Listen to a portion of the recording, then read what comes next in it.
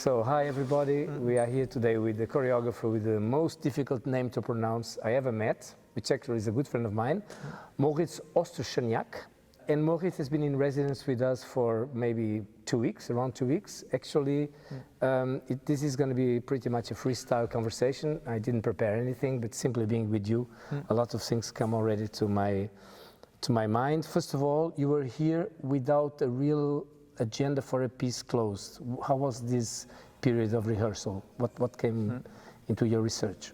It's sort of connected to a project, the research here, but I decided not to occupy myself with results. With having the premiere in May, I decided to a little bit more investigate into the working method and seeing also where, open it a bit more in the beginning, where it could lead and where the project maybe wants to go, since it's also the first time that I work with 6 same performers again from my previous work.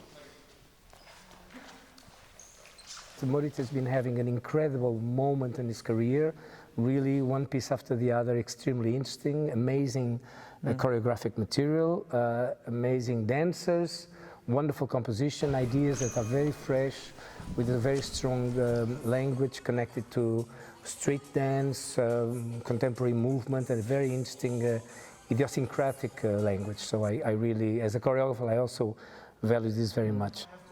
Sort of initiate with the legs of exactly, yeah. So it doesn't become. What's now? We're, after all these interesting times, so fast, even with the pandemic in the middle. This was in the middle of a pandemic, imagine. So what is the next step for you? How do you imagine your near future? Yeah, I mean, the next step is Montemor, so that's why I'm actually, in a funny way, kind of happy to have the time also in Espaço do Tempo, no? That I'm also in a place where I have time to work and to sort of reevaluate also a bit the way I was working, specifically after these 2 creations or 3 creations, Tanzanweisung, Yesternow and Terminal Beach, which somehow are linked in a way because all 3 are sort of, the last one maybe was already, the pandemic was already sort of slowly fading out, but all 3 works were made in the pandemic and were in some sort of way also a reaction to it. It was a bit a counter-reaction from my part towards these sort of restrictions that were like implemented around performances, and I felt I wanted kind of move against that in a way. I really felt like an urge to be like to show that we are there, that we are present. That's why maybe these performances have also a certain kind of had this sort of urge and presence. Sure. Because and I felt also and quite political too, you know, to a certain extent, staying there in a very you have a lot of freedom to understand and interpret those symbols, but still quite strong. Yeah, I mean, this is sort of, let's say, one sort of very important part of the work that I'm trying to walk the line. I don't know if I always manage, but I'm trying to, instead of sort of taking positions, I'm trying to walk more in between those positions, or what interests me more is the space maybe in between, or what does it tell about us this time that we're living in, rather than sort of taking position and educating in a way my audience sort of. I somehow still, in that sense, maybe I'm still a little optimist that I believe that the audience is sort of mature enough to sort of make their decisions, or, you know, or see what, anyways, they will see what they want to see.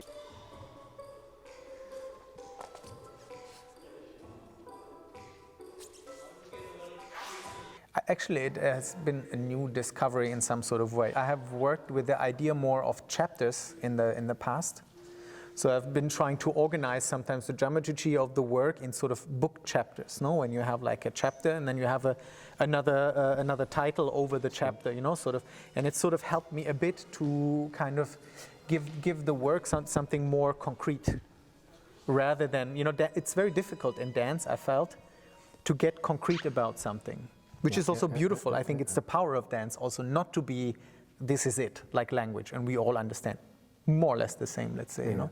In dance, this is a bit more difficult, and I was always interested also in this combination of words and movement, and what they convey. Like if I project a word in the back and I let people move in the front, you would directly sort of try to make meaning of it, no, as a viewer.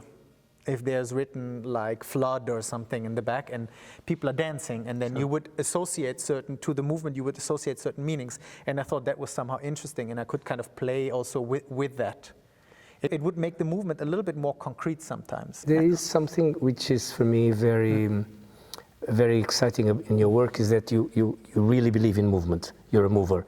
I always feel when I look at you that you're like a street kid that came to contemporary dance and has this incredibly high-packed energy and can translate that on stage. But on the other hand, you also have a very strong sense of composition. You're really a choreographer. So what I wanted to ask you is, how do you discipline all that incredible amount of material that you always have there? Also visual material, like the symbols, the flags, whatever, the roller skates.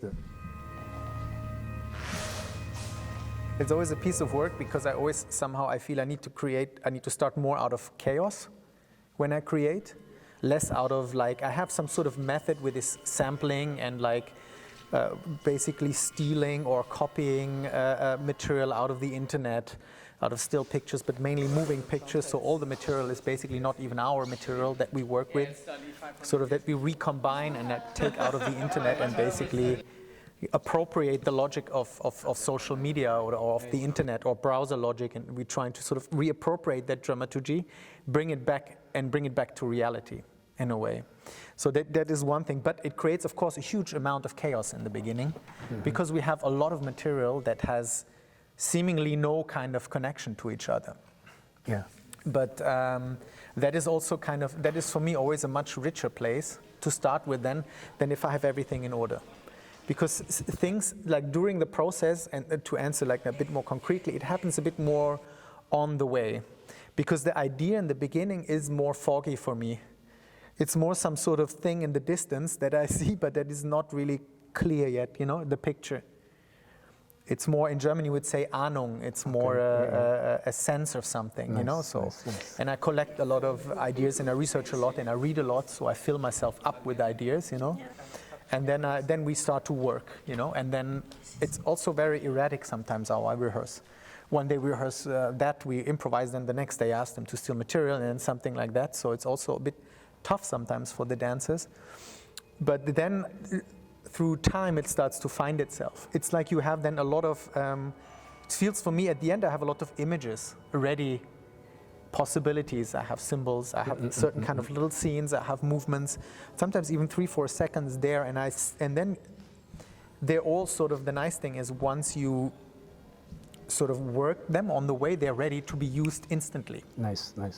So then I can be like, yeah, but you did this movement there that actually fits there, and actually he can lift you because we did before lift, so the things just connect naturally and in a way somehow. In a sort of associative. Let's look at it once from yesterday.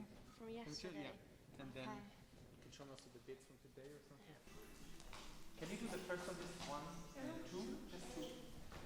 2? What kind of dancer you look for? What is the ideal dancer for Moritz to work with you on a creation? That's a very difficult question, because I have like now, for example, the 6 performers that I have, they're by their nature very different people. Like they have very different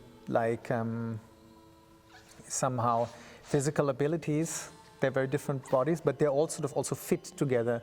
This is something I love very much about my people, and since the work strongly relies also on their sort of curiosity, and on their ability to sort of dive into the research and being part of it, since I'm not the choreographer who's gonna go there and saying, I'm gonna do the steps 5, 6, 7, 8, sort of. So it has a lot to do with, like, for me there's a lot of curiosity, I think. Involvement is something very much, but then I like, of course, people who have a certain kind of physical abilities, also are able to switch styles a lot, and who have an ability to also are strong on a performative side, but as well as on a dance side. Okay. Because I always feel like this is something I wanted to do, like to kind of combine performative elements, very strong performative elements, theatrical elements, and sort of dance elements. And I was always looking for people who can switch, who can sort of be an actor, but at the same time, boom, can be like a dancer that is like very refined. And I always wanted to not separate dance and performance. I always wanted to bring that together, and the same with the sort of aspect of political commentary or being political, but at the same time, like, not compromising the dance, sort of within, I feel. I don't feel that should exclude each other. I think you can still do both, and it would even maybe enhance it in the best case. Yeah. So we will stop now because we could stay here for ages talking. It's true. We will go on talking now over a beer there.